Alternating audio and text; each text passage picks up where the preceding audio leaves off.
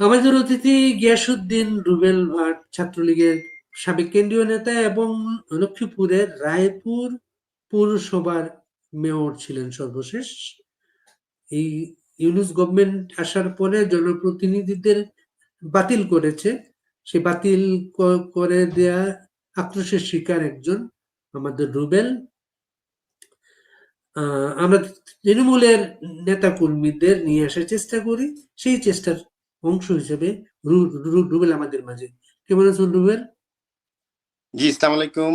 আলহামদুলিল্লাহ ভালো আছি এই মুহূর্তে। আপনি কেমন আছেন বাড়ি ভাই? এই তো আমরা ভালো আছি। আমরা আপনাদের কথাগুলো শুনতে চাই। আপনার এলাকার মানুষজন আপনাদের কথাগুলো শুনতে চান, কারণ আপনার মানুষের সাথে ছিলেন, রাজনীতি করতেন, সবসময় মানুষকে সাথে নিয়ে থাকতেন। দেশের এই বর্তমান অবস্থার কারণে আমরা আপনার নেতা কর্মীদের থেকে একটা বিচ্ছিন্ন অবস্থা তৈরি হয়েছে। তাদের উদ্দেশ্যে এখন আপনি এই সুযোগে কথা বলার সুযোগ পাবেন। আচ্ছা, রুবেল, আমি একটু জানতে চাচ্ছি যে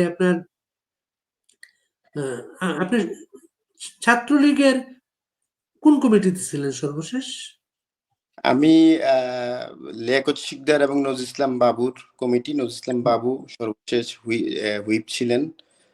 মাননীয় সংসদে ছিলেন লোক ২,৫০০ নারায়ণগঞ্জ ২,৫০০। এর আর হচ্ছে পরবর্তী আওয়ামী লীগের কেন্দ্রীয় কমিটিতে ছিলেন আপনি, না? জি, এবং জগন্নাথ বিশ্ববিদ্যালয় ছাত্রলীগের সহসম্পাদক ছিলাম। আমি জগন্নাথ বিশ্ব ছাত্রলীগের ডিপার্টমেন্টের যুগ্ম আহ্বায়ক ছিলাম। আমি রায়পুর পৌরসভার ৩ নং ওয়ার্ড ছাত্রলীগের সাধারণ সম্পাদক ছিলাম। এরপরে আমি বাংলাদেশ আওয়ামী লীগের যুব ক্রীড়া বিষয়ক সম্পাদক উপকমিটির দুইবার সদস্য ছিলাম। তারপরে মাননীয় প্রধানমন্ত্রী দেশরত শেখ হাসিনা আমাকে রায়পুর পৌরসভার আওয়ামী লীগ থেকে আমাকে নমিনেশন দেন। তারপরে ২০২১ সালে নির্বাচিত হই জনগণের প্রত্যক্ষ ভোটে, যেটা ইভিএম এর মাধ্যমে হয়েছিল, এবং আমি প্রায় ৬,৫০০ ভোটের ব্যবধানে আমি বিজয়ী হই। আমার সাথে প্রার্থী ছিলেন, বিএনপির প্রার্থী ছিলেন, জামাত ইসলামীর প্রার্থী ছিলেন, এবং তারা শেষ পর্যন্ত আমার সাথে মাঠে লড়েছিলেন। এবং আমি প্রায় ৬,৫০০ ভোটের ব্যবধানে আমি বিজয়ী হই। তারপর ৩ বৎসর পুরোপুরি শেষ করতে পারি নাই। তারপরে তো জুলাই অগাস্টে যে জঙ্গি হামলা হয়েছে, এরপরে আমাদেরকে এই ইউনূস আমাদেরকে অবৈধ আইন দিয়ে সারা বাংলাদেশের সকল মেয়রদেরকে একযোগে অপসারণ করে দেয়। এবং আপনি কিন্তু সেই রায়পুরের একজন জনপ্রতিনিধি, যে রায়পুর কিন্তু খুব আলোচিত একটা বিষয় বাংলাদেশের রাজনীতিতে। রায়পুর থেকে মোহাম্মদুল্লাহ বাংলাদেশের রাষ্ট্রপতি হয়েছিলেন রায়পুর থেকে। রায়পুর আসন থেকে খালেদা জিয়া একবার সংসদ সদস্য নির্বাচিত হয়েছিলেন, এবং পরে সেই আসনটা তিনি ব্যারিস্টার মওদুদ আহমদকে ছেড়ে দিয়ে মওদুদকে তিনি সংসদে আনেন। এমন একটা আলোচিত এলাকা আপনারটা। আচ্ছা, ৫ আগস্টের পরে আপনি কি পরিস্থিতিতে পড়লেন? আমি একটু কারেকশন করি বাড়ি ভাই। ৯৬ সালে বেগম খালেদা জিয়া যখন আসনটি ছেড়ে দেন, উপনির্বাচনে ব্যারিস্টার মওদুদ আহমেদ নির্বাচন করেছিলেন, আর আমাদের আওয়ামী লীগ থেকে নির্বাচন করেছিলেন হারুনুর রশিদ। বাংলাদেশ ফুটবল ফেডারেশনের সাধারণ সম্পাদক ছিলেন, যিনি আহ্বানীর প্রতিষ্ঠাতা সাধারণ সম্পাদক ছিলেন। তো ওই নির্বাচনে মওদুদ আহমেদ পরাজিত হন, হারুনুর রশিদ আওয়ামী লীগ থেকে বিজয়ী হন। তো তখন আওয়ামী লীগের এমপি ছিলেন তিনি, মওদুদ আহমেদ হন নাই। আর পরে কি করতে কেন? মোহাম্মদুল্লাহ স্পিকার এবং রাষ্ট্রপতি তিনি দুইটোই ছিলেন, এবং এই আসন থেকেই তিনি এমপি উনি বারবার বিজয়ী হতেন। এরপরে পরবর্তীতে এখানে বেগম খালেদা জিয়ার এরপরে মওদুদ আহমদের পরে এরপরে আবার নির্বাচিত হয়েছিলেন। আবার সেখানে উনার যে উপদেষ্টা জনাব আবুল খায়ের ভূঁইয়া, তিনি উপনির্বাচনে উনি বিজয়ী হয়েছিলেন দুইবার মনে হয়, হ্যাঁ, সম্ভবত। সেই মোহাম্মদুল্লাহ কিন্তু আরেকটা কারণে আলোচিত। বাংলাদেশের সর্বোচ্চ পদে যিনি ছিলেন, তিনি আবার রায়পুরের উপজেলা চেয়ারম্যানও হয়েছিলেন। আচ্ছা আচ্ছা আচ্ছা, ওইটা আচ্ছা আমার জানা নাই। আচ্ছা আর আমরা আরেকটা বিষয় হচ্ছে আমাদের জন্ম তো অনেক পরে। অনেক পরে অনেক পরে আচ্ছা ইয়া আহ, ভাট আপনার রুবেল ভাট ভাট নামে খুব পরিচিত আপনি ভাট পদবিটা কি আমাদের এলাকার কোন অঞ্চলের এটা? এটা আসলে আমরা পারিবারিকভাবে পেয়েছি। আমার দাদা হাজী বজুল হক ভাট, বজু ভাট হিসেবে সবাই চিনতেন। রায়পুরে একজন স্বনামধন্য প্রতিষ্ঠিত ব্যবসায়ী ছিলেন সেই ব্রিটিশ আমল থেকে। এরপরে আমার বাবা হুমায়ুন কবির ভাট, এবং ওই বংশ থেকে আসলে এই বংশ পরক্রমা এই নামটি আমরা পেয়েছি আর কি। আহ, আপনি আচ্ছা ঠিক আছে আমরা এখন মূল প্রসঙ্গে চলে যাই পরিচিতি আমরা অনেকক্ষণ আলাপ করলাম 5 আগস্টে আপনি কি পরিস্থিতিতে পড়লেন 5 আগস্টের আগে পরে? দেখুন, 5ই আগস্ট থেকে আগে জুলাই যখন এই আন্দোলন শুরু হয় ঢাকাতে, আমাদের রায়পুরেও এই আন্দোলনটা অনেক চেষ্টা করেছিল। বাট আমরা চেষ্টা করেছি সবার সাথে আলাপ আলোচনা করে, প্রশাসন এবং সকল রাজনৈতিক দলের সাথে আলোচনা করে আমরা চেষ্টা করেছি রায়পুরে যাতে কোনো ধরনের অপ্রীতিকর ঘটনা না ঘটতে পারে। যেহেতু আমি শহরের দায়িত্বে ছিলাম, মেয়র হিসেবে দায়িত্বে ছিলাম, আমার কাছে মনে হয়েছে যে রায়পুরে যাতে কোনো অপ্রীতিকর ঘটনা না ঘটে, কোনো মায়ের কোল যাতে খালি না হয়, কোনো মানুষ যাতে আহত না হয়, সেটা আমার হতে পারে বা আপনার হতে পারে। সেই চেষ্টায় আমি সর্বোচ্চটুকু চেষ্টা করে সেদিন রায়পুর আমাদের উপজেলা আওয়ামী লীগের এবং পৌর আওয়ামী লীগের নেতৃবৃন্দদেরকে সাথে নিয়ে, আমরা সহযোগী অঙ্গ সংগঠনকে সাথে নিয়ে আমরা খুব সুন্দরভাবে রায়পুরটাকে আমরা যাতে কোনো ধরনের অপ্রীতিকর ঘটনা না ঘটে আমরা সেই জন্য চেষ্টা করেছি, এবং আমরা আহ, এবং সেটি সফলও হয়েছিলাম। কিন্তু পরবর্তীতে যখন 5ই আগস্ট দুপুরের পরে যখন আর দেশের পরিস্থিতি আর কন্ট্রোলে ছিল না, অনুকূলে ছিল না, তখন আমরা আমাদের নেতাকর্মীরা আমরা যার যার অবস্থানে আমরা চলে যাই। এরপরে রায়পুরে কিন্তু রায়পুরে আওয়ামী লীগের বেশ কিছু নেতাকর্মী কিন্তু প্রাণ হারিয়েছেন এটা কি 5 আগস্টের আগে পড়ে?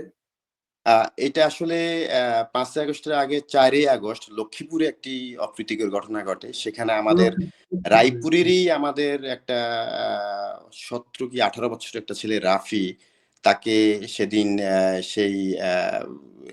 সেই জঙ্গি হামলায় সেই লক্ষ্মীপুরে জামাত বিএনপি তাকে পিটিয়ে হত্যা করে। সেটা আমাদের রায়পুরের সন্তান ছিল। এরপরে ওই দিন লক্ষ্মীপুরে যে ঘটনা ঘটে 4 তারিখে, সেদিন আমাদের আওয়ামী লীগের 8 জনকে পিটিয়ে হত্যা করে, এবং সেখানে রায়পুরেরই 2 জন। আর 5ই আগস্টের পরে আমাদের রায়পুরে আরেকজনকে বাসা থেকে ডেকে নিয়ে তাকে পরবর্তী তার লাশ পাওয়া যায়, আরিফ মেম্বার তার লাশ পাওয়া যায় ময়মনসিংহের একটি আহ, খোলা আহ, বিলের মধ্যে, যেটাকে ধান খেতে পাওয়া যায় পরবর্তীতে। মানে আপনি কি অবস্থায় পড়েন 5 আগস্টের আগে পরে? 5ই আগস্ট যখন দুপুরের পরে আমরা যখন আমাদের নেতাকর্মীরা যার যার অবস্থানে চলে যায়, তো আমি আমার বাসায় ছিলাম। আমার আহ, বাসায় ছিলাম। সেখানে আমার বাসা থেকে আমি যেটা স্পষ্ট দেখতে পেয়েছি, আমি বারান্দা থেকে দেখেছি যে আস্তে আস্তে আস্তে লোকজন জড়ো হতে শুরু হয়েছিল থানার মোড়ে। এরপরে তারা থানার গেটের সামনে জড়ো হচ্ছিল। একটা পর্যায়ে দীর্ঘক্ষণ থানার গেটের সামনে তারা, গেট তালা মারা ছিল, তারা অনেকক্ষণ পর্যন্ত অবস্থানে ছিল। একটা পর্যায়ে তারা ঠিক সন্ধ্যার আগে দিয়ে তারা সেই জঙ্গিরা তারা থানার ভিতরে ঢুকে পড়ে এবং থানায় আগুন পড়িয়ে দেয়, এবং থানার ভিতরে 2-1 জন আসামিও ছিল, ওদেরকে ছেড়ে নিয়ে যায়, এবং থানার ভিতরে যত অস্ত্র ছিল সব লুটপাট করে নিয়ে যায়। থানার ভিতরে যে গাড়ি ছিল, যে গাড়ি দিয়ে আহ, আহ, পুলিশ তাদের স্বাভাবিক কাজকর্ম করে থাকেন বা টহল দিয়ে থাকেন আইন শৃঙ্খলা নিয়ন্ত্রণের জন্য, সেই সরকারি সেই গাড়িগুলোকে তারা আগুন দিয়ে তারা পুড়ে ফেলে। কতগুলা মোটরসাইকেল ছিল সেগুলা পুড়ে ফেলে। এবং আমি দেখেছি, আমার বাসা থেকে দেখা দেখা গিয়েছিল পুলিশ তখন পিছন দিয়ে তারা পালিয়ে যেতে বাধ্য হয়েছিল। তা না হলে তো তারা মারা যেত, মৃত্যু হতো আগুনে পড়ে। তারা কেউ মারা যায় না এই রায়পুরে। এবং আমি রায়পুরের থানার মোড়ে একটি রায়পুরে প্রচন্ড যানজট, সে কারণে আমি একটি ট্রাফিক পুলিশ বক্স করি, সেটা তখনও উদ্বোধন করা হয় নাই। সেই ট্রাফিক পুলিশ বক্সটিকে তারা একদম ভেঙে চুরে চুরমার করে দিয়েছে তারা।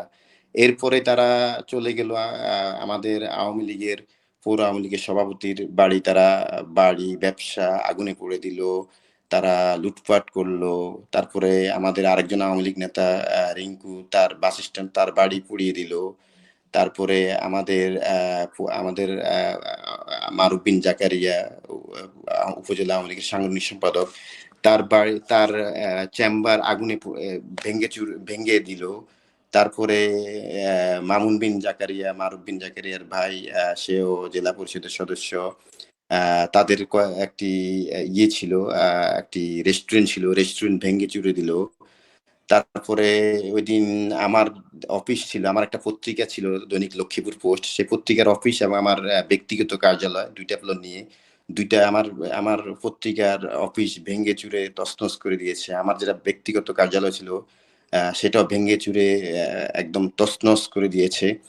তারপরে আমার বাবা যে বাড়িতে বা যে বিল্ডিং এ থাকে সেটি একদম মূল শহরের মাঝখানে, যেটি রায়পুরের প্রথম বিল্ডিং পৌর শহরের, আমার দাদা করেছিলেন। সেখানে ন্যাশনাল ব্যাংক অফ পাকিস্তান ছিল সেই বিল্ডিং এ এই পরবর্তীতে বাংলাদেশ স্বাধীন হওয়ার পরে সোনালী ব্যাংক ছিল আমাদের ওই বিল্ডিং এ। ওই বিল্ডিং এ আগুনে দিয়ে পোড়া দিতে গিয়েছিল, কিন্তু ব্যবসায়ীরা সেদিন বাধা দিয়েছিল।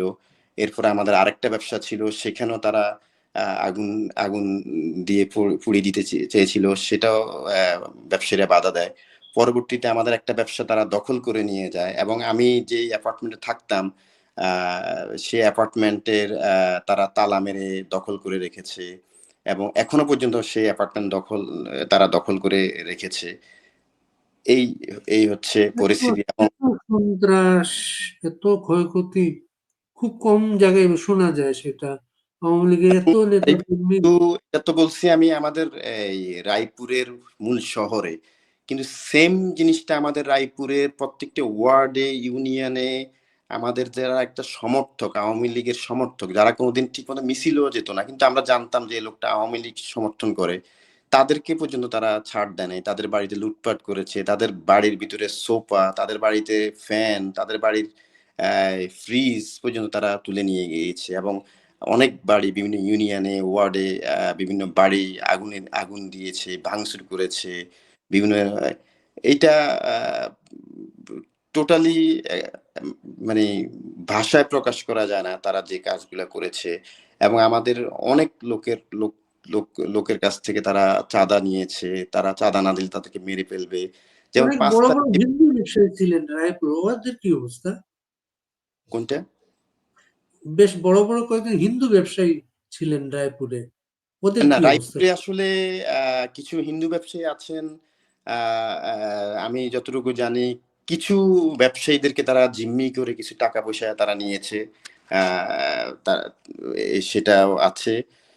পাশাপাশি এখানে আরেকটা বিষয় যেটা ৫ তারিখের আরেকটা বিষয় আমি যদি না বলি তাহলে আমার মনে হয় বলা উচিত। আমি অলরেডি এর আগেও বলেছি। ৫ তারিখে তারা যখন আমার অফিস টফিস ভাঙচুর করিল, তখন আমার বাসায় অ্যাটাক করে, যে আমি যে অ্যাপার্টমেন্টে থাকতাম সেই অ্যাপার্টমেন্ট থেকে যখন আমি তখনও বাসায়, আমি তখনও আমার বাসায় আমি নর্মালি পন্সের জুতা পরি, আমি ট্রাউজার পরি, টি শার্ট গায়ে দিই, নর্মাল থাকি। ঠিক বিকেল বেলা আমি তখন ভাত, আমার দুপুরের লাঞ্চটা আর কি আমি বিকেল বেলা যখন আমি আমার ভাত আমার সামনে, তখন আমি মুখে ভাত দিই নাই, ঠিক সেই মুহূর্তে তারা যখন আমার বাসায় অ্যাটাক করে, আমার যে অ্যাপার্টমেন্টে থাকতাম, ঠিক সেই মুহূর্তে আমি বাসা থেকে আমি বের হয়ে যাই। এবং আমি অন্য একটি অ্যাপার্টমেন্টে গিয়ে আমি ছিলাম জীবন রক্ষার্থে। তো সেখানে তারা, এটি একটি মার্কেট এবং এটা ১২তলা একটি ভবন, ৮ তলা আমি থাকতাম। তারা আমাকে সেই বিকাল থেকে তারা তন্ন তন্ন করে পুরা বিল্ডিং আমাকে খুঁজছে। দেন এইভাবে তারা সন্ধ্যা পার হয়ে যখন রাত ঘনিয়ে আসছে, তখন তারা রাতে এই পুরো গাজী মার্কেটের প্রত্যেকটা গেট তারা বন্ধ করে দিয়েছে, তালা মেরে দিয়েছে। এবং যে দারোয়ান ছিল দারোয়ানের কাছ থেকেও তারা চাবি নিয়ে গেছে তালা মেরে, এবং প্রায় ১-১৫০ লোক ওই দিন সেই ভবনের নিচে তারা অবস্থান নেয় বিভিন্ন দেশীয় অস্ত্রশস্ত্র লাঠিসোঁটা নিয়ে। এবং তারা বিভিন্নভাবে আমার কাছে চাঁদা দাবি করে, বিভিন্নভাবে একটা অ্যামাউন্ট দাবি করে, এবং তারপরে সারা রাত এইভাবে চলে যায়। এরপরে আমি শেষ পর্যন্ত তারা আমি ভোর ৫:৩০টার দিকে, ৬ তারিখ ভোর ৫:৩০টার দিকে আমি সেনাবাহিনীর সহযোগিতা নিয়েছিলাম। তারা যখন আসে তখন ওই দুর্বৃত্তরা, তারা যে লোকগুলো আমাকে অ্যাটাক করেছে বা মারতে চেয়েছিল, হত্যা করতে চেয়েছিল, যারা চাঁদা দাবি করেছে, তারা একটা পর্যায়ে তারা যখন সেনাবাহিনী আসে, সেনাবাহিনী আসার কারণে তারা দূরে সরে যায়। তখন আমি এই ভোর ৫:৩০টার দিকে রায়পুর থেকে আমি গাড়ি করে আমি চাঁদপুর হয়ে মতলব হয়ে ঢাকায় আসি, তখন সকাল 11:30, ৬ তারিখ। সেখানে আমি ১ মাস অবস্থান করেছিলাম ঢাকায়। এরপরে আমি বিদেশে চলে আসি। এখন আমি বিদেশে আছি। রায়পুরের এই সন্ত্রাসীরা কোন দলের লোকজন? রায়পুরের এরা যারা আসলে লুটপাট বিএনপির, আমি স্পেসিফিক বলতে পারবো।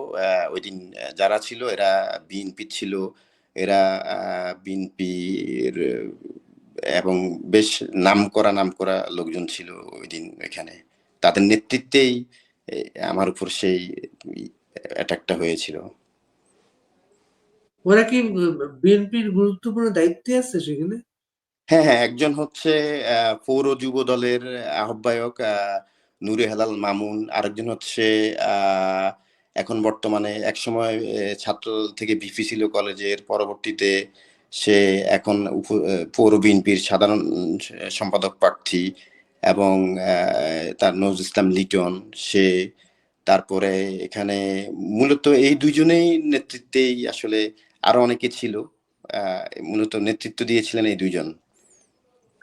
আরেকজন আপনারা ছিল ক্ষমতায় ছিলেন আরেকজন ছিল দীর্ঘদিন। সেও পৌর বিএনপির যুগ্ম আহ্বায়ক।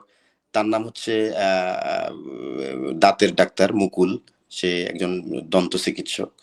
মুকুল, সেও এটার সাথে জড়িত ছিল। আপনারা দীর্ঘদিন ক্ষমতায় ছিলেন, এই বিএনপির নেতারা নানাভাবে ব্যবসা বাণিজ্য পেয়েছেন তারা, তারাও আপনাদের বিপক্ষে এই ভূমিকাটা পালন করলো।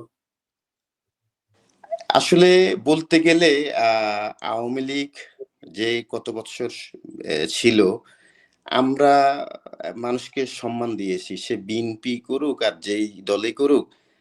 আমরা চেষ্টা করেছি একজন ব্যবসায়ী হলে সে যেই দলে করুক তাকে আমরা সম্মান করেছি, তার যাতে ব্যবসা ঠিক মতো করতে পারে আমরা সেই দায়িত্বটুকু আমরা নিয়েছিলাম। তারপরে বা কোনো ধরনের এরকম কারোর বাড়িতে অ্যাটাক করা, কারোর বাড়ি পোড়াই দেওয়া, চাঁদা দাবি করা, অথবা কারোর ঘরবাড়ি পোড়াই দেওয়া, বা মব সন্ত্রাসী, এগুলা ছিল না কখনো রায়পুরে। কখনোই ছিল না, এবং আমরা একটা সহাবস্থানে ছিলাম। কারণ আমাদের দল থেকেও এরকম আমাদেরকে কোনো নির্দেশনা দেয় নাই যে সে বিএনপি বা যেই দলে করুক তাদের তাদের উপরে অ্যাটাক করতে হবে, ঘর পুড়াইতে হবে, মেরে ফেলতে হবে। আমার জানা মতে, আমার আমার এই সজ্ঞানে বা আমি রায়পুরে কখনো এরকম দেখি নাই যে কারোর ঘর পুড়াই দিছে দল করার কারণে, অথবা তাকে হত্যা করতে চেয়েছিল, অথবা এই ধরনের চাঁদাবাজি বা মব সন্ত্রাসী, এটা আমার জীবনে আমি বুঝজ্ঞানের পর থেকে আমি কখনো দেখি নাই যে এইরকম যেটা হয়েছে বা এখনো ৫ই আগস্টের পরবর্তী যেটা হচ্ছে, এটি টোটালি আসলে মানে কি বলে, আনএক্সেপ্টেবল। এবং এটা আমরা কখনো দেখি নাই যেটা এখন হচ্ছে।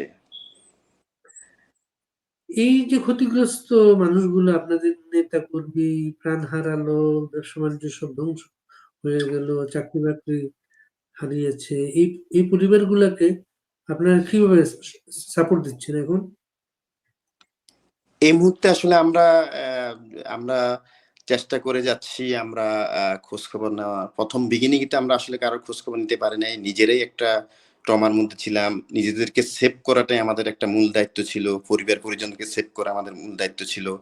তো তার পাশাপাশি আমরা এখন চেষ্টা করেছি ওয়ার্ড থেকে, ইউনিয়ন থেকে, এবং আমরা খোঁজ খবর নেওয়ার চেষ্টা করতেছি আমাদের দলীয়ভাবে এবং বা আমার ব্যক্তিগতভাবে, যেহেতু আমি একটা গুরু দায়িত্বে ছিলাম।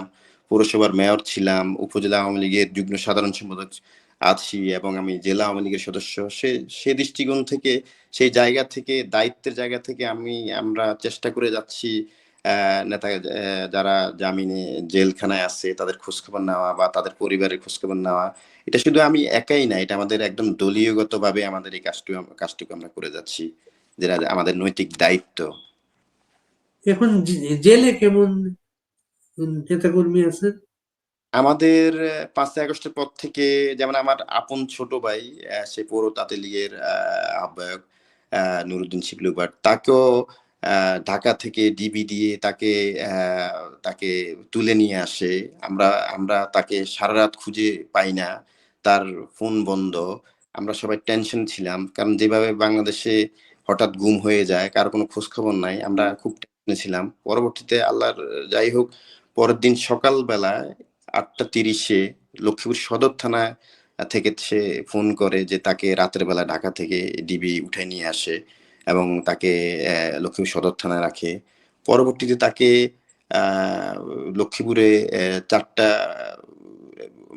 হত্যা মামলা আছে লক্ষ্মীপুর সদর থানায়। তো তাকে, সেই হত্যা মামলা তাকে জড়িত করে। সে কোনো মামলার আসামি না, সে কোনো চার্জশিটে নাই, সে কোনো এজাহারে নাই। এবং এই লক্ষ্মীপুরের ঘটনা রায়পুরের তো কেউ যাওয়ার প্রশ্নই আসে না। আমরা তো রায়পুরে ছিলাম। তাকে সেই মিথ্যা মামলায় জড়ায়ে তাকে সে বেশ দীর্ঘদিন যাবৎ, প্রায় 2 মাসের মতো জেলখানায় ছিল। তো হাইকোর্টে থেকে আমরা জামিন নিয়ে এখন জামিনে আছে সে। আপনার কিছু মামলা আছে? আমার নামে 2টা মামলা আছে। 2টা মামলা, মিথ্যা মামলা দিয়েছেন, যেগুলা লক্ষ্মীপুরের ঘটনা। আমরা তো রায়পুরে সম্পূর্ণ। আমরা এখন আর মামলা হামলা নিয়ে আমরা ভাবি না। আমরা আসলে, যেখানে আমাদের মাননীয় প্রধানমন্ত্রী দেশটা শেখ হাসিনার নামে শত শত মিথ্যা মামলা দিয়েছে, ষড়যন্ত্রমূলক মামলা দিয়েছে, সেখানে আমাদের আসলে এই মামলা নিয়ে আমরা একটু ভাবি না। আমরা আমাদেরকে নিয়ে ভাবি না। যেখানে এই বাংলাদেশে, যেখানে জাতির জনক বঙ্গবন্ধু শেখ মুজিবুর রহমানের 32 নম্বর বাড়ি ভেঙে দিয়েছে, তখন আর আমাদের কষ্ট হয় না যে আমাদের বাড়ি ভাঙছে, আমাদের ঘর ভাঙছে। তখন আর কষ্ট হয় না যখন আমাদের এই মাননীয় প্রধানমন্ত্রীর বাড়ি, যার বঙ্গবন্ধুর বাড়ি ভেঙে দিয়েছে, তখন আসলে আর কষ্ট লাগে না। ওই তখন আপনাদের অনেকে যখন বলেন যে কোনো মামলা ছিল না, কোনো ওয়ারেন্ট ছিল না, মিথ্যা অভিযোগে অ্যারেস্ট করেছে, তখন একটা বিষয় সামনে আসে, আসলে আপনাদের অপরাধটা হচ্ছে আপনারা আওয়ামী লীগ করেন, আপনার অপরাধটা হচ্ছে আপনি বঙ্গবন্ধুর সৈনিক, আপনারা এগুলোই হচ্ছে অপরাধ, এগুলোই হচ্ছে অভিযোগ। কাজেই মামলা ছিল না, ওয়ারেন্ট ছিল না, এগুলো কোনো প্রয়োজন নাই সেটা। আর এখন তো আপনাদের দলটাই নিষিদ্ধ দল একটা, ছাত্রলীগটা নিষিদ্ধ। আপনি যে সংগঠনের নেতা ছিলেন সেই সংগঠনকে তারা সন্ত্রাসী সংগঠন নাম দিয়েছে, আপনার দলটাকে কার্যকর নিষিদ্ধ করে রেখেছে। আপনার দলের মনোনয়ন, আপনার নিবন্ধন নেই, নিবন্ধন নেই। নিষিদ্ধ করতে চাইলে তো নিষিদ্ধ করা যাবে না, কারণ আমরা তো দলটা এখান থেকে করি। সুতরাং শুধু নামে তারা নিষিদ্ধ করতে পারবে, কিন্তু কাজে নিষিদ্ধ করতে পারবে না কখনো। এখন আপনারা দলের নেতা কর্মী রায়পুরে কোনো প্রোগ্রাম হয় এখন? কোনো মিছিল হয়েছে এখন পর্যন্ত? সুযোগ নাই, রায়পুরে এরকম কোনো প্রোগ্রাম হওয়ার সুযোগ নাই, মাঠের সেই পরিবেশ নাই বর্তমানে। যে কিছু করতে যায় তা বাড়িতে নেতাকর্মীরা নাই। পুলিশি অভিযান, সেনাবাহিনীর অভিযান, বাড়িতে বাড়িতে মব সন্ত্রাস, চাঁদাবাজি, এসব কারণে আসলে সবাই সেফ জোনে আছে। যারা গুরুত্বপূর্ণ দায়িত্বে ছিল এরা কেউই এলাকায় নাই। সারা বাংলাদেশের সবচেয়ে টার্গেট হচ্ছে গোপালগঞ্জ। গোপালগঞ্জে সেনাবাহিনীর বিপুল সংখ্যক সদস্য আছেন, এপিবিএন সহ নানা ধরনের বাহিনী নেওয়া হচ্ছে, নৌবাহিনী আছে গোপালগঞ্জে। সে সেগুলো উপেক্ষা করে গোপালগঞ্জের গ্রামের মানুষ যে প্রতিরোধ দেখিয়েছেন, রায়পুরে তো সেটা হয় নাই। রায়পুরে সেটা হয় নাই। আসলে রায়পুরের সেরকম পরিস্থিতি হয় নাই, যেটা এই মুহূর্তে তো কোনো নেতাকর্মী এলাকায় নাই। যারাই আছেন তারা সবাই ওয়েট করতেছেন, অপেক্ষা করতেছেন, আমাদের নেত্রীর নির্দেশের অপেক্ষায় আছেন। এবং আসলে সবচেয়ে বড় জিনিস যেটা হচ্ছে একটি পরিবেশ, সবাই জীবনের নিরাপত্তাটার কথা ভাবে। আপনি বলেন, আমি বলি, অনেকে বলে আপনি যদি যান, আমাকে অনেকে বলে আপনি যদি ভালো মানুষ হইতেন তাহলে আপনি পালাইলেন কেন? আমি বলছি ভাই আমি তো পালাই নাই। বাট আমি রায়পুর ছেড়ে চলে আসছি আমার নিরাপত্তার জন্য। আমি যদি না রায়পুর থেকে আসতাম তাহলে আজকে আমি কথা বলতে পারতাম না। আজকে কিছু মানুষ মনে করে যে ওইদিন যদি আমাদেরকে মেরে ফেলতো তাইলেই মনে হয় তারা খুব খুশি হইতো। তারা কেন আমরা চলে আসলাম? কেন আমরা নিরাপদ জায়গায় আসলাম? এটিই তাদের এখন কষ্ট। তারা চায় ওইদিন আমাদেরকে মেরে ফেলতো তাহলে তারা অনেক খুশি হতো। এই হলো আমাদের মানে বর্তমান পরিস্থিতি। কিন্তু এখন আমাদের যদি ধর্মেও আছে, এখন আমাদের ধর্মের মধ্যেও আছে যে আপনার মানে জীবন রক্ষা করা এইটাও একটা ফরজ। জীবন রক্ষা করা। এখন যদি নির্বাচন ঘোষণা করা হয়, এখন যদি স্থানীয় সরকারের নির্বাচন হয়, তাহলে আপনার নেতাকর্মীদের উদ্দেশ্যে আপনাদের কোনো মেসেজ আছে? তারা কি করবে তারা এখন? আসলে স্থানীয় নির্বাচন বা যেকোনো নির্বাচনে আমাদের বাংলাদেশ আওয়ামী লীগের সভাপতি, সভানেত্রী আমাদের বঙ্গবন্ধু তনয়া মাননীয় প্রধানমন্ত্রী দেশরত্ন শেখ হাসিনা রয়েছেন। তিনি এখনো এই পার্টির মূল দায়িত্বে আছেন। তিনি পার্টির সভাপতির দায়িত্বে আছেন। সুতরাং উনি যে সিদ্ধান্ত দিবেন বা কেন্দ্রীয় আওয়ামী লীগ যে সিদ্ধান্ত দিবেন, আমরা সেই সিদ্ধান্তকে বাস্তবায়ন করব এবং সেই সিদ্ধান্ত মোতাবেক আমরা কাজ করব। এটা আমার নিজস্ব কোনো অভিব্যক্তি নাই যে নির্বাচনের বিষয়। এটা আমাদের মাননীয় প্রধানমন্ত্রী দেশরত্ন শেখ হাসিনার এখতিয়ার। উনি আমাদেরকে যে নির্দেশনা দিবেন আমরা সেইভাবে আমরা কাজ করব। সেইভাবে আমরা পথ চলবো। আওয়ামী লীগ সভানেত্রী সারা বাংলাদেশের নানা এলাকার নেতাকর্মীদের সাথে অনলাইনে কথা বলেন। প্রায় সারা দেশেই এই আলোচনাগুলো হয়ে গেছে। আহ, 61 জেলা, সম্ভবত 61 জেলার মাঝে উনি কথা বলেছেন। রায়পুর বা লক্ষ্মীপুরে এমন কোনো উদ্যোগ নেওয়া আছে বলুন তো? আমাদের প্রধানমন্ত্রী দেশরত্ন শেখ হাসিনা 5ই আগস্টের পরে একদিন আমাদের সাথে কথা বলেছেন লক্ষ্মীপুর জেলা আওয়ামী লীগের সাথে এবং আগামীকালকেও মানে আজকে রাতে বাংলাদেশ সময় আজকে রাতে উনি আমাদের সাথে যুক্ত হবেন। কিন্তু আপনারা যাদের সাথে যুক্ত হবেন, আপনার ব্যানার আছে, আপনার জেলা আওয়ামী লীগ বা উপজেলা আওয়ামী লীগ, কিন্তু এরা তো কেউ এলাকায় নেই। এটা আসলে এখন এই মুহূর্তে আমরা আসলে অনলাইনেই আমরা যুক্ত হই। এটাই স্বাভাবিক এবং এই অনলাইনে ডিজিটাল এটা আমাদের আওয়ামী লীগের সৃষ্টি এবং এটা আমাদের মাননীয় প্রধানমন্ত্রী দেশরত্ন শেখ হাসিনার সুযোগ্য পুত্র বঙ্গবন্ধু দহিত্র সজীব জয়ের সৃষ্টি। সজীব জয়ের কারণে আজকে আমরা ডিজিটালাইজড হয়েছি। আজকে আমরা এখন কথা বলতে পারতেছি। আজকে আমরা ফেসবুক বিভিন্ন অনলাইনের মাধ্যমে আমরা দূরে থেকেও কাছে থাকতে পারতেছি। আমরা কাছে না গিয়েও আমরা দূরে থেকেও আমরা কাছে আহ, থাকতে পারতেছি। এটা আমাদের এই সরকারের একটি অর্জন আমি মনে করি। এনসিপির কোনো কমিটি হয়েছে রায়পুরে?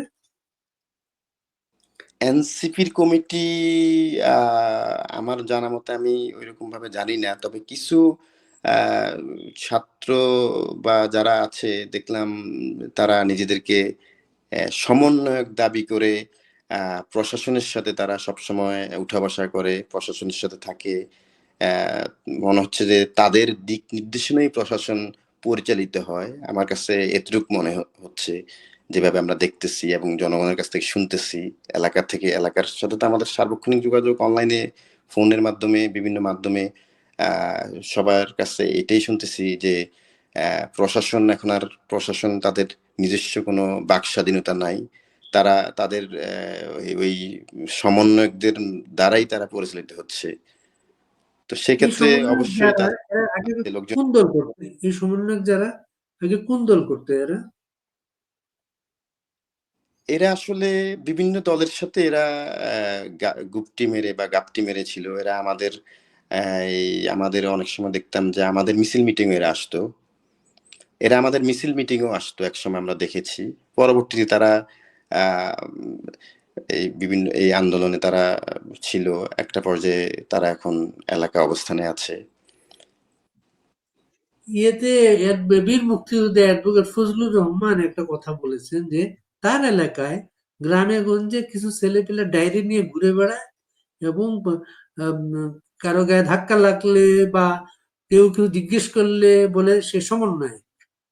আপনাদের কি গ্রামে গঞ্জে এমন সমন্বয়কদের চলাফেরার খবর পান? হ্যাঁ, হ্যাঁ, অবশ্যই। এখন এই যে কোনো বিষয় হইলেই সমন্বয়ক, তারা পরিচয় দেয় তারা সমন্বয়ক। তবে আমি একটা জিনিস আমার কাছে আমার এটা রিয়েলাইজেশন যেটা আমার কাছে মনে হয়েছে, সেটা হচ্ছে এই আন্দোলনে যেটা ডক্টর ইউনূস জাতিসংঘে কয়েকদিন আগে জাতিসংঘের ভাষণে এসে অংশ মানে জাতিসংঘের আহ, যোগদান করতে এসে উনি বিল ক্লিনটনের একটা ফাউন্ডেশন আছে, সেখানে তিনি বক্তব্যের মধ্যে কিন্তু উনি স্বীকার করে গিয়েছেন যে এই আন্দোলন ছিল একটা মেটিকুলাস ডিজাইন, এটা একদিনে হয় নাই। কেউ জানতো না কোত্থেকে কি হচ্ছে, কেউ জানতো না কে নেতৃত্ব দিচ্ছে।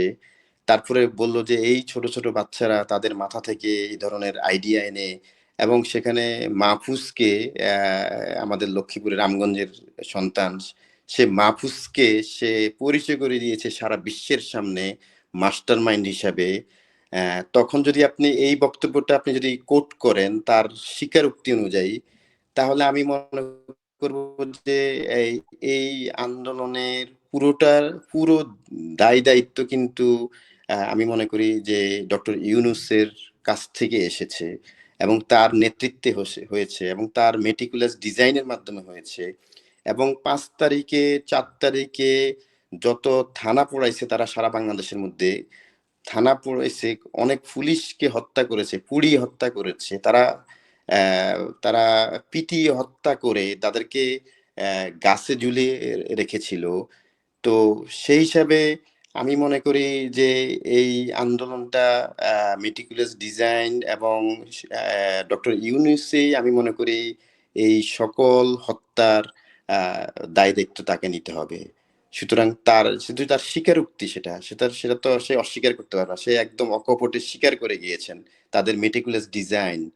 সো এই হত্যার দায়ভার তাকে নিতে হবে, আজ হোক কাল হোক। আপনার পাশের উপজেলা রামগঞ্জের এই মাহফুজ, রামগঞ্জের এই মাহফুজ বা তার পরিবার সম্পর্কে কোনো ধারণা ছিল আগে আপনাদের? রামগঞ্জের যে মেয়র মহোদয়, বীর মুক্তিযোদ্ধা খায়ের পাটোয়ারি, আমাদের খুব কাছের ভাই মেয়র, আমাদের বড় ভাই। ওনার কাছে আমি একদিন জিজ্ঞাসা করেছিলাম, তার বাবাকে উনি চিনেন, কিন্তু এই ছেলেকে উনি কখনো চিনতেন না। এই এই মানে 5ই আগস্টের পরেই এই ছেলেকে তিনি সবাই চিনতে পেরেছেন, এর আগে কেউ চিনতো না। মানে বাবাকে কি হিসেবে চিনতেন তারা? একদম সাধারণ মানুষ, একদমই এখন আবার একদমই। এখন আবার অনলাইনে কালকে থেকে একটা নিউজ ভাইরাল, মাহফুজের একটা ভাই নাকি অস্ট্রেলিয়াতে আছে, তার অ্যাকাউন্টে মিডল ইস্টে একটা অ্যাকাউন্ট থেকে অনেক টাকা এসেছে, এমন একটা নিউজ কি খেয়াল করেছেন আপনি? হ্যাঁ, আজকে আমি দেখেছি, এবং আমি নিজেও ফেসবুকে শেয়ার করেছি। বনি আমিন নামে একজন ভদ্রলোক আছেন, হাতিয়া বাড়ি, তিনি বিদেশে থাকেন। তার আইডি সে শেয়ার করেছেন, আমি তার ওইখানে দেখেছি। আহ, ওইটা আমি খেয়াল করেছি, হ্যাঁ। আপনাদের তো এলাকার খুব নাম করা লোকজন। আপনার এলাকা, আপনার ইয়াতে ছিলেন, বেগমগঞ্জে, মেহেদী বেগমগঞ্জে ছিলেন সিরাজুল আলম খান, রামগতিতে ছিলেন আসম আব্দুর রব, হুম। তারপরে বৃহত্তর নোয়াখালীর কোম্পানিগঞ্জে সেই ওবায়দুল কাদের, ব্যারিস্টার মওদুদ, তারপরে এখন রামগঞ্জ, রামগঞ্জে মাহফুজ। আপনারা আসলেই খুবই কীর্তিমান মানুষদের জনপদের বা জনপ্রতিনিধি। এ- হ্যাঁ, আমার আরেকটি বিষয় আমি একটু শেয়ার করি আপনার সাথে বাড়ি ভাই, সেটা হচ্ছে আহ, এই এখন যারা বলে দেশে দুর্নীতিতে ভরে গেছে, এই জন্য মানুষ রাস্তা নেমেছে। কিন্তু আসলে কি তাই? আন্দোলনটা কি ছিল? আন্দোলনটা ছিল কোটা না মেধা। তো চাকরি আন্দোলন চাকরি চাকরি নিয়ে। হ্যাঁ, চাকরির বিষয়টা কোটা যাতে না থাকে, মুক্তিযুদ্ধ থেকে যাতে কোটা না থাকে বা আরো কমানোর জন্য। তো যে আন্দোলন ছিল কোটা না মেধা। তো পরবর্তীতে কেন কোটা আর মেধার কাছে নাই, তারা এখন বলে যে দেশে দুর্নীতি ভরে গেছে, মানুষ রাস্তা নেমে গেছে। এটা এখন এই তাহলে তারা তো তাদের, যদি এরকম হইতো যেটা তারা আন্দোলন করছে কোটা না মেধা, তারা যদি আন্দোলনটা করতো যে দেশে দুর্নীতিতে ভরে গেছে, সবাই করাপ্টেড, সুতরাং আমরা এর জন্য আন্দোলন করব, আন্দোলনটা কিন্তু সেটা ছিল না। আন্দোলন ছিল কোটা না মেধা। পরবর্তীতে এখন কোটা আর মেধার মধ্যে নাই। ওদের এবং চাকরির দরকার ছিল, এখন আর চাকরির দরকার নাই, ওরা এখন মন্ত্রী হয়ে গেছে। হ্যাঁ, আপনার একটা, আমি পৌরসভার মেয়র দায়িত্বে ছিলাম। একজন জনপ্রতিনিধি অনেক কাজ এবং অনেক কিছু মেনটেন করতে হয় আপনার। সেখানে বাংলাদেশ চালানো এত সহজ কাজ নয়। কেবল আপনি চেয়ারে গিয়ে বসলেন আর আসলেন, প্রটোকল নিলেন, এটাই আপনার দায়িত্ব না। একটা দেশ চালানো, ইউনুস, ডক্টর ইউনুস আপনার এসে উনি এই যে ছাত্ররা একসময় বলছিল যে বাংলাদেশের ছাত্র রাজনীতি বন্ধ করতে হবে। এখন কিন্তু দেখেন তারা ছাত্র রাজনীতি বন্ধ না করে তারা কিন্তু ছাত্র এখন তারা নতুন দল গঠন করে ছাত্র রাজনীতি বাদ দিয়ে এখন একদম একদম রাজনৈতিক দল গঠন করে ফেলেছে। যে এবং যারা যে ছাত্ররা, ছাত্র রাজনীতি বন্ধ করতে বলতো, তারা এখন শিবিরের কমিটি করতেছে সব জায়গায়। হ্যাঁ, এবং এই ছাত্ররা তারা বলতেছে, যখন তাদেরকে বলে আপনি কেন ছাত্রলীগ করলেন, তখন যখন তখন বলতেছে আমরা হলে থাকার জন্য আমরা ছাত্রলীগ করেছি। সেই ছাত্ররা এখন এলাকায় যায় কোটি কোটি টাকা দামের গাড়ি নিয়ে, 50-60টা 100টা গাড়ি বহন নিয়ে রাস্তার উপরে তোরণ নির্মাণ করা হয় তাদের জন্য। যে ছাত্ররা বলেছে যে তাদের বাড়ির গ্রামের বাড়িতে সবচেয়ে ভাঙ্গা বাড়িটা তাদের, সে ছাত্ররা এখন এলাকায় যায় গাড়ির বহন নিয়ে এবং এমপি ইলেকশন করতে এলাকায় তারা আহ, এখন তারা ব্যস্ত, এলাকায় গণসংযোগে ব্যস্ত। তাহলে তাদের কোনো, তারা যেই আইডিওলজি না, যে তারা জমিদারের নাতিপুতি ছিল, এতদিন অভিনয় করেছে গরিব মানুষ। আসলে তারা গরিব, জমিদারের নাতিপুতি ছিল তারা। হ্যাঁ, এবং দেখেন আমাদের এই আমাদের মাননীয় যে কোটা কোটা তাহলে কি রাজাকারের নাতিপুতিদেরকে দিব, এটা ছিল প্রশ্নবোধক। তারা কি করলো, ওই প্রশ্নটাকে তারা নেগেটিভলি উপস্থাপন করে তারা মাঠে নেমে গেল রাতের বেলায়। এখন তারা কিন্তু খুব পজিটিভলি, স্লোগান শুরু করলো, পজিটিভলি তারা তারা খরগোশ বলতেছে তারা তারা রাজাকারের নাতিপুতি। খুব রাজাকারের পজিটিভলি তারা। সন্তান তারা স্বীকার করলো। হ্যাঁ, বাংলাদেশে বর্তমানে আসলে এখন যে অবস্থা, এটা হচ্ছে, একটা হচ্ছে মুক্তিযুদ্ধের সপক্ষের বাংলাদেশ, আর একটা হচ্ছে স্বঘোষিত রাজাকারের বাংলাদেশ। এখানে কিন্তু দুইটা পার্ট এখন। এখন আমরা দেখতে পাচ্ছি কি, আহ, সম্পূর্ণ এই যে মেটিকুলাস ডিজাইনের অংশ, মেটিকুলাস ডিজাইন দিয়ে বাংলাদেশ পরিচালিত হচ্ছে একটি অস্থিতিশীল রাষ্ট্র বানানোর জন্য। যা কিছু ঘটতেছে, এই যখন ইউনূস সরকার ছাত্ররা তাকে দায়িত্ব দিয়েছে, তিনি বারবার বলেছেন, তাহলে ডক্টর ইউনূস কেন ছাত্রদেরকে বলে নাই যে বাবারা তোমরা তো অনেক কষ্ট করছো, আন্দোলন করে আমারা দায়িত্ব দিছো, এখন দায়িত্বটা আমি পুরোপুরি নিই, তোমরা এখন তোমাদের কলেজে ফিরে যাও, স্কুলে ফিরে যাও, বিশ্ববিদ্যালয়ে ফিরে যাও, তোমরা মনোযোগ দিয়ে পড়াশোনা করো। ইউনূস কিন্তু একবারও এই কথা বলে নাই, বরং সে তাদেরকে লেলিয়ে দিয়েছে, তাদেরকে উনি রাজনৈতিক দল গঠন করে করে দিয়েছে। উনি তো ব্যবসায়ী মানুষ। উনি তো রামকৃষ্ণ মিশনের পুরোহিত না, বা আঞ্জুমানে মফিদুল ইসলামের কেউ না। উনি ব্যবসায়ী মানুষ, যা করলে ব্যবসা ভালো হবে তাই তিনি করেন। এখন আপনি দায়িত্ব নিয়েছেন একটা দেশের, প্রথম যে কাজ দেশের মানুষকে নিরাপত্তা দেওয়া। আজকে কি মানুষ নিরাপদে আছে দেশে? বাংলাদেশের সবচেয়ে যে বড় নিরাপদের জায়গা, যেখানে মানুষ আদালতে গিয়ে তাদের বিচার প্রার্থনা করে, সেই আদালতের মধ্যে মানুষ আজকে নিরাপত্তাহীনতা আছে। কিছু টোকাইদেরকে লেলিয়ে দিয়ে ডিম নিক্ষেপ করে, তাদের এই আসামির গায়ে হাত তোলে। এটা কোন ধরনের বাংলাদেশ? যে বাংলাদেশে আমরা আপনার আমরা আবার একটু রায়পুরের দিকে আসি রুবেল। আপনাদের কাছে কোনো হিসাব আছে কি পরিমাণ ছেলে মেয়ে এই 5 আগস্টের পরে ভিকটিম হয়ে পড়াশোনা করতে পারছে না, এসএসসি এইচএসসি পরীক্ষা দিতে পারে না, ক্যাম্পাসে যেতে পারে না, এমন ছেলে পেলে কি পরিমাণ হতে পারে সেটা?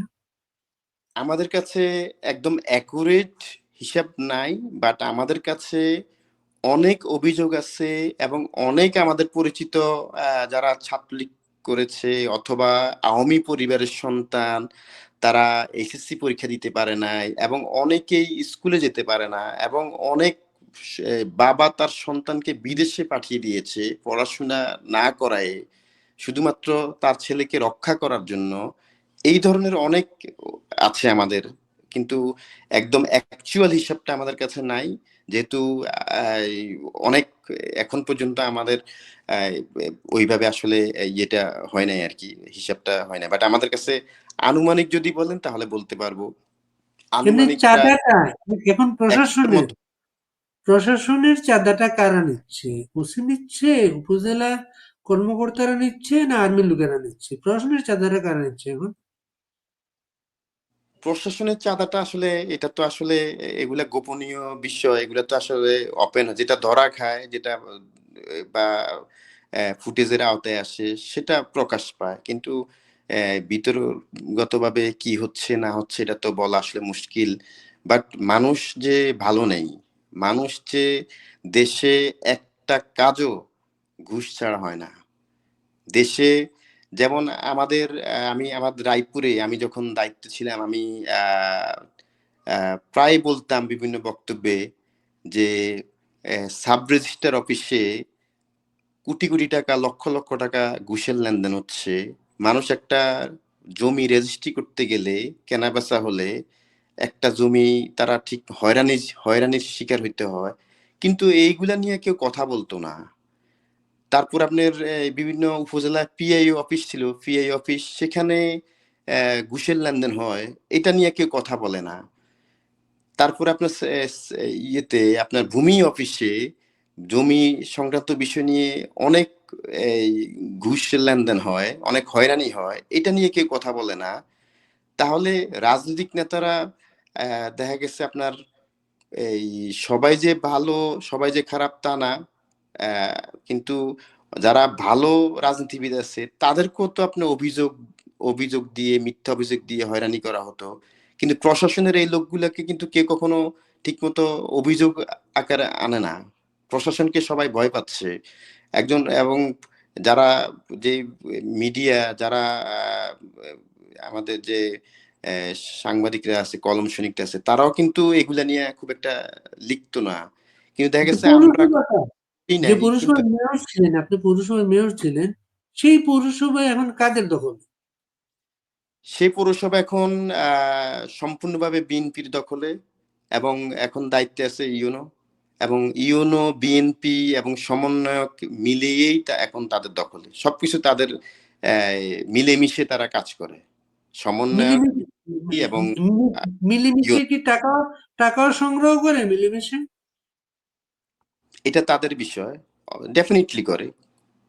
আপনার কি অভিযোগ আসে এই ব্যাপারে?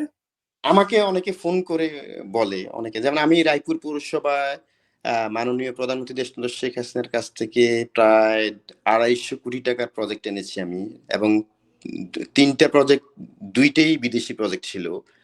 আমি মাত্র 3 বছরে সব গুছায় এবং আহ, এটা এই প্রজেক্টটা তৈরি করে অ্যাপ্রুভ করে আনতে আমার প্রায় প্রায় 3 বছরের মতো লেগে গেছে। এখন আমি টেন্ডার শুরু করেছি রায়পুর পৌরসভায়। আমি প্রত্যেকটা বাড়ির রাস্তা, প্রত্যেকটা বড় বড় রাস্তা, এবং প্রত্যেকটা রাস্তা যে রাস্তাটা 6 ফিট ছিল সে রাস্তাটা আমি 12 ফিটে নিয়ে গেছি, যে রাস্তাটা 12 ফিট ছিল সে রাস্তা আমি 16 ফিটে নিয়ে গেছি। মোট কথা একটা পরিকল্পিত শহর এবং আগামী প্রজন্মের জন্য বাসযোগ্য একটি শহর তৈরি করার জন্য আমার সর্বোচ্চ চেষ্টা ছিল, যাতে একটা বাড়িতে একটা গাড়ি যাইতে পারে, কোনো লোক মারা গেলে যাতে ওই লাশের গাড়িটা বাড়িতে যেতে পারে, যাতে একটা বাড়িতে বিয়ে হলে বর কনে যাতে সেই গাড়ি নিয়ে তার বাড়িতে যেতে পারে, তারপরে কোনো লোক অসুস্থ হলে অ্যাম্বুলেন্স যাতে বাড়িতে যেতে পারে, অথবা আল্লাহ না করে কোনো বাড়িতে যদি আগুন লাগে পৌরসভা ফায়ার সার্ভিস আছে, সে ফায়ার সার্ভিসের গাড়িটা যাতে বাড়িতে গিয়ে আগুনটা নিভাতে পারে। আমরা সেই লক্ষ্যে কাজ করেছি। এবং পৌরসভা শিশু পার্ক ছিল না, শিশু পার্কের জন্য আমি 15 কোটি টাকা অ্যাপ্রুভ করিয়েছি প্রধানমন্ত্রী শেখ হাসিনার কাছ থেকে। ডাম্পিং স্টেশন নাই, সেখানে আমি 50 কোটি টাকা অ্যাপ্রুভ করিয়েছি ডাম্পিং স্টেশনের জন্য। এবং পৌরসভার সক্ষমতা বাড়ানোর জন্য রায়পুরে কোনো মার্কেট নাই, আমি একটা মার্কেট টেন্ডার হয়ে গেছে, আরেকটা মার্কেট 30 কোটি টাকা অ্যাপ্রুভ করিয়ে এসেছি। এইভাবে পৌরসভাকে আধুনিকায়ন করার জন্য, বিভিন্ন ধরনের পরিষ্কার পরিচ্ছন্ন শহর গঠন করার জন্য বিভিন্ন ধরনের এখন কি ইকুইপমেন্ট, সেই কাজগুলো হচ্ছে না কাজগুলো বন্ধ আছে এখন? কাজগুলো খুবই ধীরে গতিতে চলতেছে, খুবই ধীরে গতিতে, এবং সুষ্ঠু কোনো তদারকি হচ্ছে না। এবং কোনো এটা কোনো নাই। কাজগুলোকে কেন্দ্র করে টাকা পয়সার দিক দিয়ে তারা উপকৃত হচ্ছে না এখন। এইটা আসলে সমন্বয়ক বিএনপি এবং ইউনো যে দায়িত্বে আছেন প্রশাসন, তারা তারা মিলেমিশে কাজগুলা উঠাচ্ছেন। আমি জানি না তারা কিভাবে উঠাচ্ছেন, তারপর তারা তাদের মধ্যে একটা চমৎকার সংযোগ এবং চমৎকার সমন্বয় রয়েছে, সমন্বয়ক। তারা আহ বৈষম্যহীন, তারা কোনো বৈষম্য রাখেন নাই। তারা তারা এই সবাই ব্যাপারে মিলে কাজ করছেন, কোনো বৈষম্য রাখেন নাই। টাকা পয়সার ব্যাপারে কেউ কোনো বৈষম্য রাখেন নাই, তাই তো? হ্যাঁ, তাদের কোনো বৈষম্য নাই। এবং এই যে আমি কিন্তু স্পষ্ট কথা বলি, আমি আওয়ামী লীগ ক্ষমতা যখন ছিল তখনও স্পষ্ট কথা বলেছি, দলের কেউ অন্যায় করলে আমি বলেছি, এখনো আমি স্পষ্ট কথা বলি। এবং এটার জন্য আমার উপরে, আমার পরিবারের উপর অনেক হামলা হয়, এবং আমার পরিবারকে অনেক ধমক দেয় এবং বলে যে এই, আপনার ছেলে তো বিদেশে নিরাপদে আছে, আপনারা তো আর বিদেশে নাই, আপনারা আপনার ছেলেকে বলেন এইভাবে স্পষ্ট কথা বন্ধ করার জন্য। বা ফেসবুকে কোনো লেখা দেখলে তারা আমার ফ্যামিলির উপর হুমকি দিচ্ছে, এবং বিভিন্ন ধরনের হয়রানির শিকার হচ্ছে আমার পরিবার। এবং আমাকেও অনেক ফোন করে এই বিভিন্ন ধরনের খারাপ ভাষায় কথা আপনারা বলে। যে আক্রোশের শিকার হলেন 5 আগস্টের পরে, যে আক্রোশ, ক্ষয়ক্ষতির শিকার হলেন, আপনার কি মনে হয় কোনোদিন ক্ষমতার পরিবর্তন হলে এটার জন্য মানুষ প্রতিশোধ নিতে পারে? আসলে কি, আওয়ামী লীগ এমন একটি দল, এটি প্রতিশোধ পরায়ণ দল না, এই দল সমঝোতায় বিশ্বাসী। আপনি দেখেন 71 সালে মুক্তিযুদ্ধের পরে যারা মুক্তিযুদ্ধের বিরোধিতা করেছিল, বঙ্গবন্ধু শেখ মুজিবুর রহমান তাদেরকে ক্ষমা করে দিয়েছেন। এবং আহ, আমাদের মাননীয় প্রধানমন্ত্রী দেশটা শেখ হাসিনা, আওয়ামী লীগের সভাপতি, তিনিও আমাদের কখনো নির্দেশনা দেন নাই। এবং আমি যখন মেয়র হয়েছি, আমাদের নির্দেশনা ছিল যে আমি এখন জনপ্রতিনিধি, এবং আমার কাজ হচ্ছে রায়পুর পৌরসভার ভিতরে যে বাস্তব অবস্থা ক্ষমা করতে করতে আপনারা একটা সেবা দান খয়রাতের অবস্থায় পৌঁছে গেছে, এবং আপনার নিজের শরীরে এখন কোনো কাপড় নাই। আপনার কাপড়টা পর্যন্ত তারা নিয়ে গেছে, তারা বাস্তব অবস্থায় যেটা। আমি রায়পুর থেকে এসেছি, আমার গায়ে একটা টি শার্ট, পায়ের মধ্যে ফন্সের জুতা এবং একটা ট্রাউজার পরে আমি রায়পুর থেকে বের হয়েছি। শুধু একটা মানে নিজেকে এই শুধু জীবনটা নিয়ে আমি রায়পুর থেকে বের হয়েছি। আমরা শেষ করব রুবেল। আপনার এলাকার মানুষ, নেতাকর্মী, তাদের উদ্দেশ্যে যদি আপনার কোনো বলা থাকে, আহ্বান থাকে, আপনি বলতে পারেন। হ্যাঁ, ধন্যবাদ বারি ভাই। আমার একটাই কথা, যে আমি রায়পুরে 3 বছর মেয়র ছিলাম, 3 বছর দায়িত্ব নিয়েছি। 3 বছরে আমি এমন কোনো কাজ করি নাই, বা আমি মেয়র থাকাকালীন সময়ে আমি সার্বক্ষণিক চেষ্টা করেছি রায়পুর পুরসভাটাকে একটি আধুনিক, পরিকল্পিত এবং বাসযোগ্য শহর গঠন করার জন্য। যেহেতু আমি বিদেশে ছিলাম দীর্ঘদিন যাবৎ, আমি দেখেছি একটা শহর কিভাবে তৈরি হয়, একটা শহর কিভাবে গঠন করতে হয়। আমি সেই আদলে আমি রায়পুর পৌরসভাটাকে চেয়েছি তৈরি করার জন্য, এবং সেই লক্ষ্যে আমি কাজও শুরু করে দিয়েছি।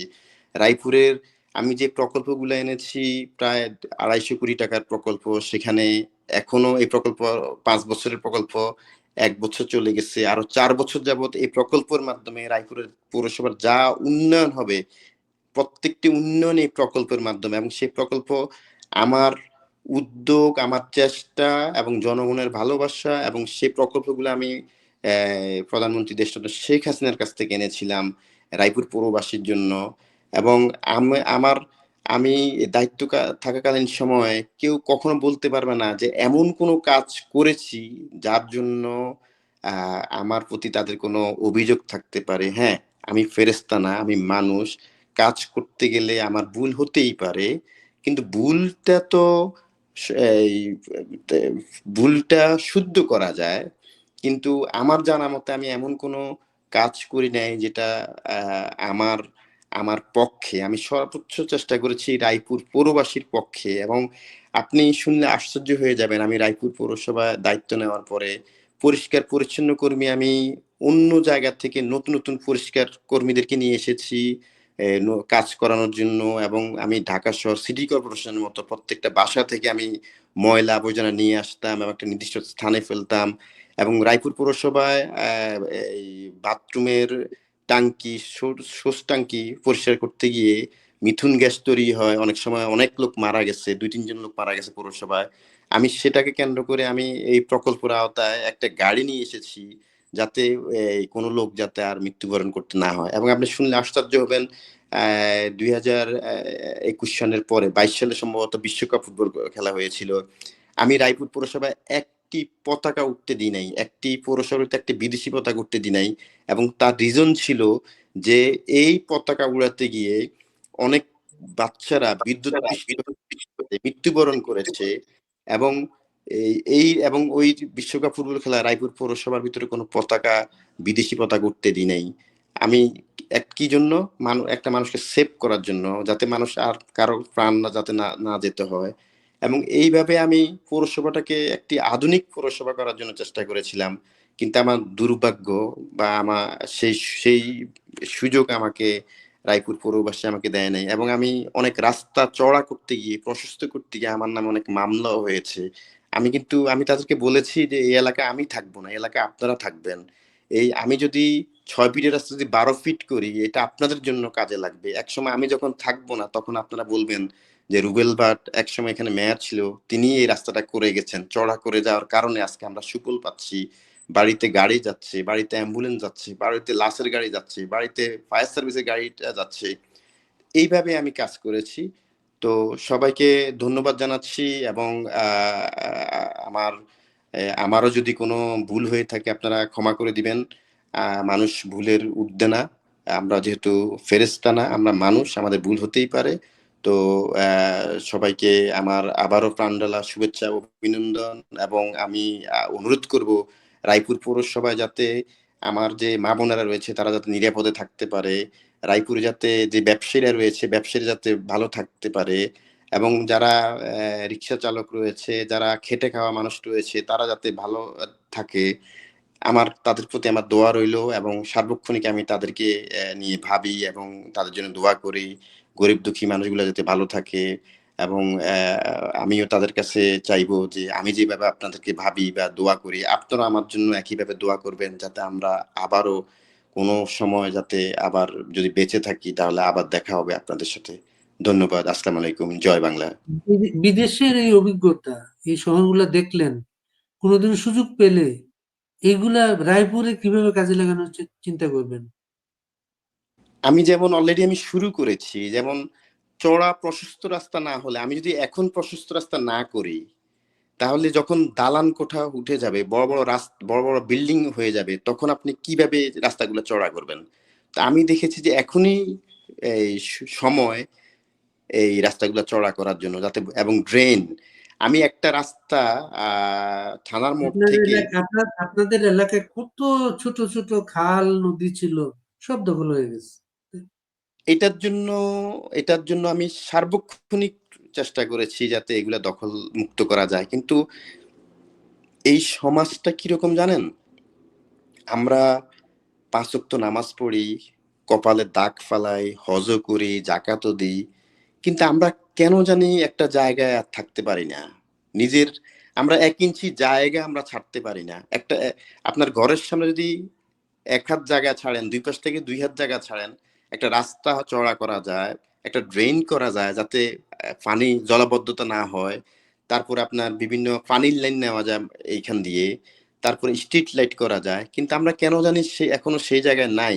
কিন্তু আমি এই কাজগুলা করতে গিয়ে অনেক বাধার সম্মুখীন হয়েছিলাম, অনেক বিড়ম্বনার সম্মুখীন হয়েছিলাম। আগামীতে এবং হয়তো দিন বদলাবে, আপনারাও যারা বাইরে আছেন এখন এই দেখে এই অভিজ্ঞতাগুলোকে আপনি কাজে লাগাবেন। রুবেল ভাট, আপনাকে অনেক ধন্যবাদ, এবং যারা এতক্ষণ আমাদের সাথে ছিলেন তাদেরকে শুভেচ্ছা, রায়পুরের মানুষকে শুভেচ্ছা। সবাই নিরাপদে থাকবেন, এবং আমরা এইভাবে তৃণমূলের নেতাদের তাদেরকে আমরা তুলে আনার চেষ্টা করব। সবাই ভালো থাকবেন। ধন্যবাদ ফজল বারী ভাই। আসসালাম।